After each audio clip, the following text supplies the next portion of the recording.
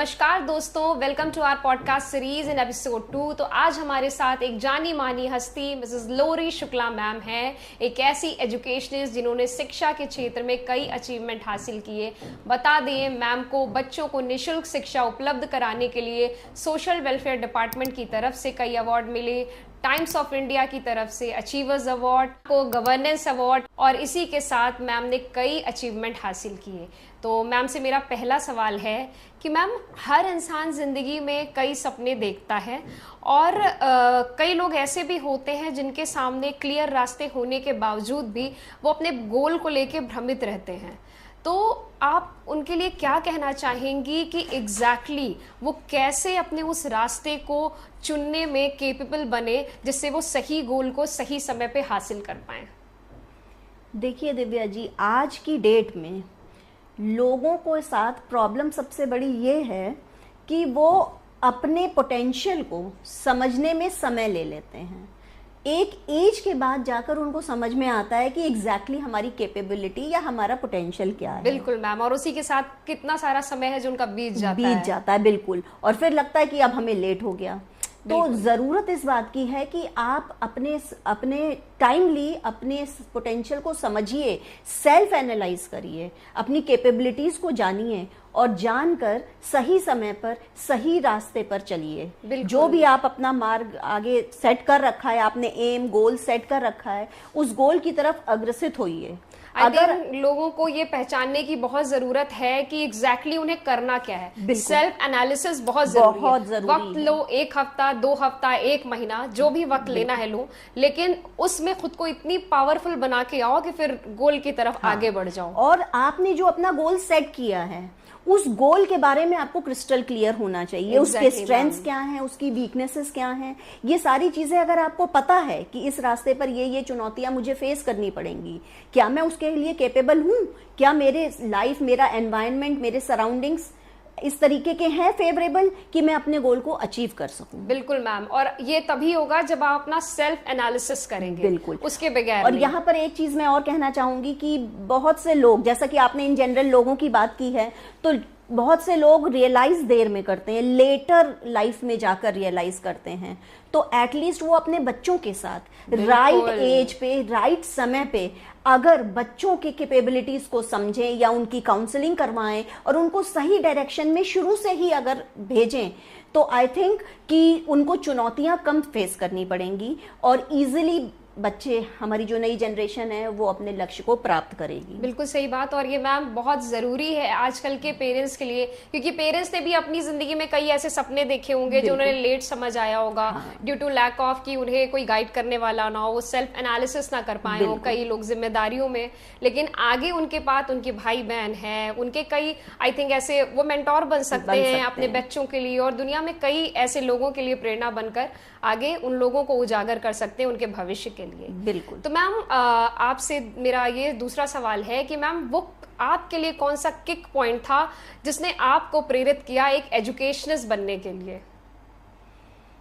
देखिए, बचपन से ही होता है, जैसे लड़कियां गुड्डे गुड़िया का खेल खेलती हैं, तो मुझे बचपन से ही इंटरेस्ट था कि भाई बहनों को पढ़ाने का। अरे वाह। तो वो चीज शायद कहीं ना कहीं थी जिसको हमने रियलाइज किया, और आई थिंक जैसा कि अभी आपने पिछले क्वेश्चन में पूछा था, राइट टाइम पे हमने रियलाइज कर लिया। You won't believe, immediately after my graduation I was into the field of teaching. बहुत अच्छी बात है मैम, और इसी में आजकल लोग काफी भ्रमित रहते हैं। 28, 29, 30 साल बीत जाते हैं, तब उनके लिए जो संघर्ष करने का सामना है ना, वो बहुत ही ज्यादा कठिन हो जाता है। तो परिवार में मैं सबसे बड़ी थी, तो छोटे भाई बहनों को पढ़ाने का मौका मिलता था, तो पढ़ाने में बड़ा मजा आता था, बड़ा इंटरेस्ट आता था। तो उसी इंटरेस्ट को, चांस की बात है कि आगे मैं कंटिन्यू कर पाई और फैमिली सपोर्ट ऐसा मिला कि आज मैं इस मुकाम पर हूं। तो मैम, कोई और भी था आपकी मतलब सक्सेसफुल जर्नी के पीछे जिसने आपको गाइड किया हो, या फिर आपने खुद ही अपने सेल्फ एनालिसिस से आगे बढ़ने का सोचा? नहीं, पेरेंट्स का सपोर्ट। देखिए, इनिशियली तो पेरेंट्स का सपोर्ट कोई ऐसा था जिसने आपको गाइड किया कि हाँ लोरी, आप इस क्षेत्र में अच्छी हैं, आपको इस क्षेत्र में जाना चाहिए? नहीं, एज सच ऐसे तो कोई नहीं था, क्योंकि हमारा फैमिली बैकग्राउंड जो है सभी बिजनेसमैन हैं सभी, तो एज सच हमें गाइड करने वाला कोई नहीं था। लेकिन हाँ, शुरू से मेरी पढ़ाई की तरफ रुचि थी और पढ़ाई की तरफ रुचि होने की वजह से मेरा मन था कि मैं टीचिंग प्रोफेशन में जाऊं, क्योंकि उसमें आप एवरी डे कुछ इनोवेशन कर सकते हैं। बिल्कुल सही बात है मैम। ऑल्दो मेरे फादर का मन था कि मैं बैंकिंग सर्विसेज में जाऊं, मेरा मैथ सब्जेक्ट था जिसकी वजह से वो चाहते थे कि मैं बैंकिंग स्ट्रीम में जाऊं, बट मैंने अपने पापा को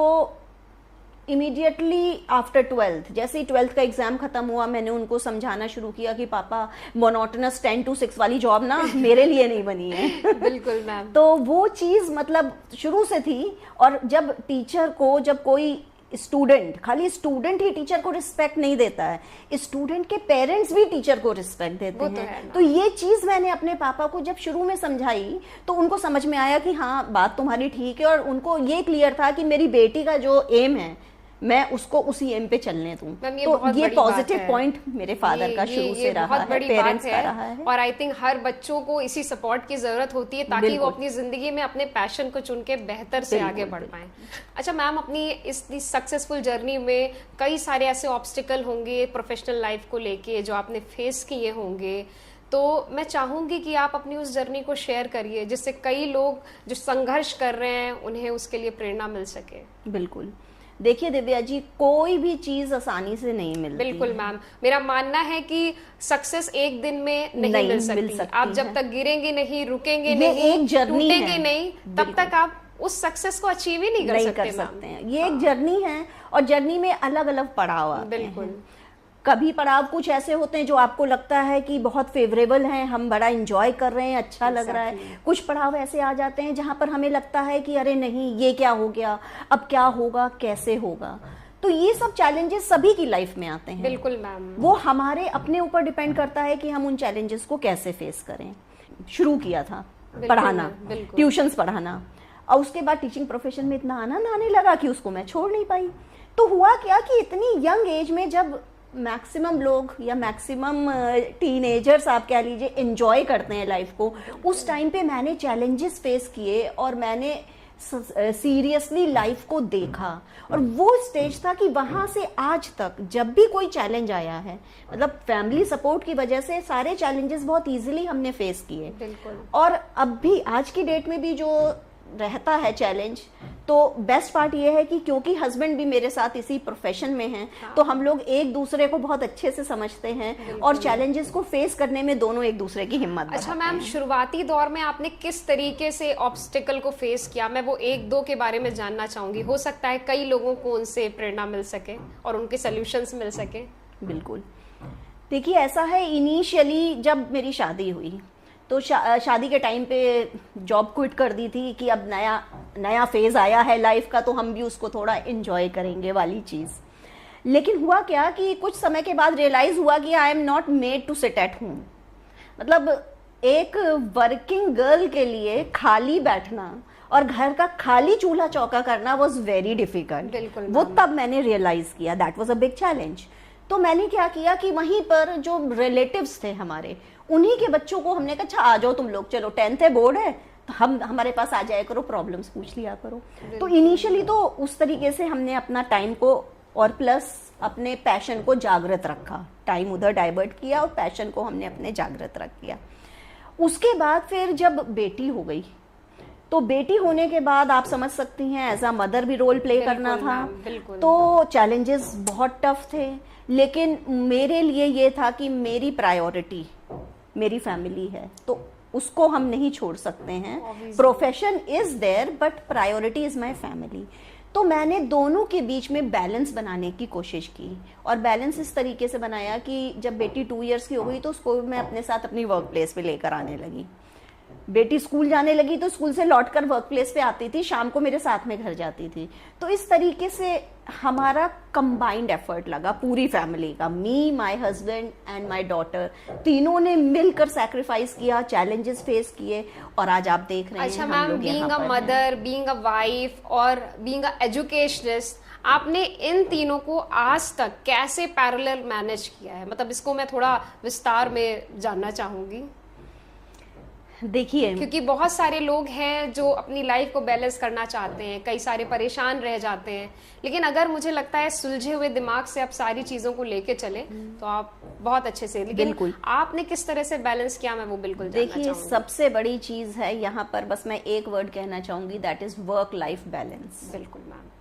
अगर वर्क लाइफ बैलेंस आप बना ले जाते हैं तो किसी के लिए कोई भी चैलेंज, कोई भी चुनौती बाधा नहीं बन सकती है। तो वो वर्क लाइफ बैलेंस को मैंने अपने लाइफ में अप्लाई किया। अप्लाई इन द सेंस कि जितना टाइम वर्क प्लेस पे रिक्वायर्ड था वो मैंने दिया, जितना हमारे बच्चे के लिए रिक्वायर्ड है तो उसको second half, I know first half my daughter is in school, second half उसको मेरी प्रेजेंस रिक्वायर्ड है, तो वहां पर मैंने उसको अपनी प्रेजेंस प्रोवाइड की कि हाँ, आई एम देयर, जो भी है, कहीं भी है। आज की डेट तक ये रहा है कि बच्चों को हम खुद स्कूल ड्रॉप करने गए और लेने गए हैं, although I am so busy, but then to I make it a point. Initially हमने ये बना लिया था कि one of us has to go, और टचवुड हस्बैंड का ऐसा सपोर्ट रहा कि जब उनको लगा मैं बिजी हूँ तो वो चले जाते हैं, वो बच्चों को ले आते हैं। तो इस तरीके से बस बहुत अच्छी बात है, बढ़िया चीजें यही सपोर्ट एक वुमेन को बहुत आगे लेकर जाता। अच्छा मैम, कई ऐसी औरतें हैं जिनके मन में सपना भी होता है लेकिन उन्हें मौका ही नहीं मिल रहा है, तो आप उनसे क्या कहना चाहेंगी कि वो अपने सपने को कैसे जीवित रख के आगे बढ़े? देखिए, मौका मिलना एक बहाना हो सकता है। बिल्कुल। आपने अगर सपना देखा है और वाकई में उस सपने पर को आप पूरा करना चाहती हैं तो उसके लिए मौके का इंतजार करने की जरूरत नहीं है, क्योंकि आज का जो टाइम है, इस समय ये कंप्लीटली डिजिटल जमाना है। जब डिजिटल जमाना है तो आपने जो भी लक्ष्य रखा है उस लक्ष्य के लिए इतना रिसर्च आप कर लीजिए कि आपको कहीं ना कहीं वहीं से मौका मिल जाएगा। अच्छा, और मैम कई जगह होती है कि फैमिली सपोर्ट नहीं करती, हाँ। शादी के पहले भी या शादी के बाद भी, तो वो वुमेन्स कैसे आगे बढ़े या कैसे क्या करें? देखिए, जहां पर फैमिली सपोर्ट नहीं करती है वहां पर थोड़े से चैलेंजेस ज्यादा बहुत ज्यादा हो जाते हैं और हार्ड, बहुत हार्ड हो जाता है। लेकिन उसमें भी अगर आप कहीं ना कहीं देखें तो एक अंधियारे के बाद कहीं ना कहीं उजाले की रोशनी दिखती ही है। तो आपको ये देखना पड़ेगा कि आपके आसपास के पर्यावरण में ही कोई ऐसा हेल्पिंग हैंड आपको मिल जाए जो कि शायद आपको अपने लक्ष्य की तरफ आगे बढ़ने में प्रेरित कर सके या आपको वो रोशनी दिखा सके कि आप उस डायरेक्शन में आगे बढ़ पाएं। बिल्कुल। तो वो जरूरी नहीं है कि आपके क्लोज फैमिली मेंबर्स ही हों। अगर कोई दूर का रिलेटिव या कोई फ्रेंड, वो भी अगर चाहें तो वो हेल्प कर सकती हैं। और अगर आपने सपना देखा है तो सपना पूरा होने के लिए आपको चाहे कुछ भी करना पड़े, पूरी मेहनत, पूरा सपोर्ट आपको अपने सेल्फ पे लेके सेल्फ डिटरमिन्ड होना पड़ेगा। और जिस दिन आप सक्सेसफुल हो जाएंगी उस दिन पूरी फैमिली और सब लोग आपके साथ होंगे और आपके पीछे होंगे। बिल्कुल मैम, यानी कि मतलब अगर आप खुद सपना देख रहे हैं तो अपने सेल्फ आपके लिए सबसे बड़ा मोटिवेशन होना चाहिए। और आपने सपना देखा है तो ना हारिए, ना कुछ सोचिए, बस आगे बढ़ते रहिए। ऊपर वाला हर जगह साथ है। बिल्कुल। अच्छा मैम, एक अहम सवाल पूछना चाहूंगी कि अगर आपको इंडिया का शिक्षा मंत्री बनाया जाए तो आप इस एजुकेशन पॉलिसीज में क्या चेंजेस लेके आना चाहेंगी जिससे कुछ ज्यादा बेहतरी हो हमारे एजुकेशन सिस्टम में? देखिए, एजुकेशन सिस्टम में काफी रिफॉर्मेशन की जरूरत है। अगर हम बात करें तो इनिशियल लेवल से, प्राइमरी लेवल से अगर हम बात करें तो प्राइमरी लेवल तक बच्चों को इतने हैवी बैग्स, जो आप जानती हैं, जो बच्चों के फिजिकल उस पे स्ट्रक्चर पे प्रॉब्लम्स क्रिएट कर रहे हैं, तो सबसे पहले तो ये हैवी बैग वाला सिस्टम हटाने की जरूरत है। सब कुछ डिजिटलाइज हो गया है। मानते हैं कि स्टूडेंट्स के लिए बहुत ज्यादा स्क्रीन वॉचिंग भी हार्मफुल है, कहीं ना कहीं हेल्थ इश्यूज आते हैं, लेकिन उसको ध्यान में रखते हुए बैग को कम किया जा सकता है। अगर हम स्कूल बैग को कम करेंगे तो हमें फन बेस्ड एक्टिविटीज को इम्प्लीमेंट करना होगा। और फन बेस्ड एक्टिविटी के साथ में ही प्राइमरी स्कूल में टीचर्स असाइनमेंट्स जो दें वो शीट्स में दें। जरूरी नहीं कि बच्चा पूरी मोटी मोटी बुक्स लेके जा रहा है स्कूल में। बिल्कुल। शीट्स में अगर असाइनमेंट देंगे तो क्या होगा, बच्चे का बैग हैवी नहीं होगा और पूरा करिकुलम प्री प्लान्ड इस तरीके से हो कि प्रैक्टिकल टीचिंग, प्रैक्टिकल लर्निंग पर वर्क किया जाए। बिल्कुल। ये हो गई प्राइमरी लेवल की बात। बिल्कुल। प्राइमरी के बाद अगर हम बात करें हमें हाई स्कूल और इंटरमीडिएट लेवल पे, तो उस लेवल पे ज्यादा जरूरत है वोकेशनल टीचिंग की। क्लास 8th के बाद हर स्कूल में एक करियर काउंसलर होना चाहिए। बिल्कुल मैम, इट्स क्योंकि वेरी अगर इंपॉर्टेंट। करियर काउंसलर होगा तो जिस तरीके से हमने आपने इतना लेट कर दिया अपनी लाइफ में बहुत struggle। सक्सेसफुल होने में या अपने लक्ष्य को अचीव करने में, वो बच्चा शुरू में ही समझ जाएगा, करियर काउंसलर उसको सही डायरेक्शन दे पाएगा, जिससे कि बच्चा क्लास 9th ऑनवर्ड्स ही राइट सब्जेक्ट का चॉइस कर पाए। आपको पता है दिव्या जी, हम लोगों के टाइम पे जहां बच्चे ने 10th किया नहीं, साइंस में चला गया है तो बहुत इंटेलिजेंट बच्चा है, और अगर ह्यूमैनिटीज में है तो अरे लगता है पढ़ाई में अच्छा बिल्कुल। नहीं। और आज के टाइम तो इतना क्रिएटिविटी हो गई है कि बच्चा हर उसके अंदर कई सारे ऐसे टैलेंट शायद हमारे अंदर भी होंगे, बट हमने पहचानने में बहुत देर कर दी। हाँ। क्योंकि हमें शायद उस तरीके का कोई गाइड करने वाला नहीं था, कोई काउंसिल करने वाला नहीं था। तो आई थिंक अगर स्कूल में काउंसलर्स होंगे, कॉलेजेस में काउंसलर्स होंगे, तो बच्चा आगे अपनी हायर स्टडी को प्रोफेशनलिज्म में उसी को चुनकर आगे बढ़ेगा और काफी तरक्की हासिल करेगा। हाँ, ये तो हो गई टीचिंग की बात। इसके साथ साथ बहुत जरूरी है कि स्कूल्स के इंफ्रास्ट्रक्चर पे वर्क किया जाए, टीचर्स को की जो है ट्रेनिंग रेगुलर बेसिस पे हो। गवर्नमेंट स्कूल्स जो चाहे प्राइमरी हो, थोड़ा ऊपर के देखिए कितना ज्यादा बच्चे वहां पे कोई पढ़ाई नहीं हो रही है। टीचर्स तो जरूरी है, ये जो गैप आ गया है प्राइवेट एंड गवर्नमेंट स्कूल्स में, that gap needs to be bridged up. और उसको ब्रिज अप करने के लिए वही जैसा कि मैंने कहा, complete reformation of education system की रिक्वायरमेंट है, तो वो करना पड़ेगा। और क्वालिटी एजुकेशन तभी मिल पाएगी जब हमारे पास क्वालिटी टीचर्स होंगे। बिल्कुल, है ना। तो टीचर्स की ट्रेनिंग पर वर्क करें, चाहे वो प्राइवेट सेक्टर का स्कूल हो, चाहे वो गवर्नमेंट सेक्टर का स्कूल हो, वो रिक्वायर्ड है। हमारे एजुकेशन सिस्टम में सबसे पहले, चाहे जितने भी प्रोफेशंस हैं, सभी प्रोफेशंस में टीचिंग प्रोफेशन को सबसे ऊपर रखा जाए, और इस प्रोफेशन में टीचर्स को बाउंड किया जाए कि वो एथिक्स का पालन करें और स्टूडेंट्स को सही डायरेक्शन दें, मोरल टीचिंग्स दें, जिससे कि हमारा भविष्य, हमारी जनरेशन आने वाली, वो प्रभावित हो, तभी आगे ग्रोथ कंट्री को मिल पाएगी। बिल्कुल मैम, सही बात है। तो इन सारे मुद्दों पे हमारे गवर्नमेंट को बहुत ध्यान देने की जरूरत है, जिससे कई ऐसी पॉलिसीज आए जिससे प्राइमरी से लेके हायर एजुकेशन में कई बदलाव किए जा सके।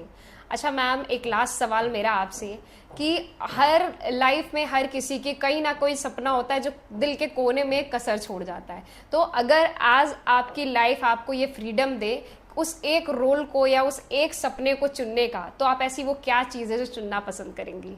देखिए, अगर आप करंटली देखें तो I am playing a role of a mother, of a wife, of a daughter, as well as of head of institution.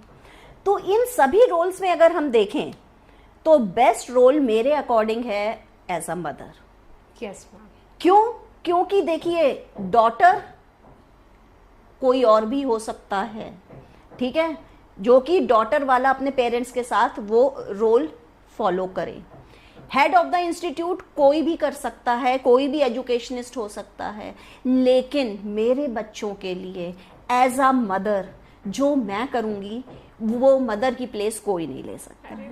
और एट टाइम्स अगर मैं देखूं तो मदर रोल एक ऐसा रोल है जो कि आपको लाइफ में रिक्वायरमेंट पे टीचर भी बना देता है, रिक्वायरमेंट पे वर्किंग वुमेन भी बना देता है, जैसी आपके बच्चों की रिक्वायरमेंट है उसके अकॉर्डिंग, है ना। और उसी के अकॉर्डिंग आपको जो है सबसे बड़ी चीज है कि आपको ऐसा मौका दे रहा है जहां पर आप अपने बच्चों को, जो आप नहीं कर पाए, जो आपके मन में कहीं ना कहीं कसक रह गई, वो कसक आप अपने बच्चों में पूरी कर पा रहे हैं और अपने सपनों को बच्चों में साकार कर पा रहे हैं। बिल्कुल सही बात है मैम। और आई थिंक आज हमने आपसे जितनी ही बातों पे चर्चा की उससे काफी लोगों को बहुत कुछ सीखने को मिलेगा। तो इसी के साथ हम अपने पॉडकास्ट का अंत करते हैं। मिलते हैं अपने नेक्स्ट एपिसोड ऑफ हमारी पॉडकास्ट सीरीज।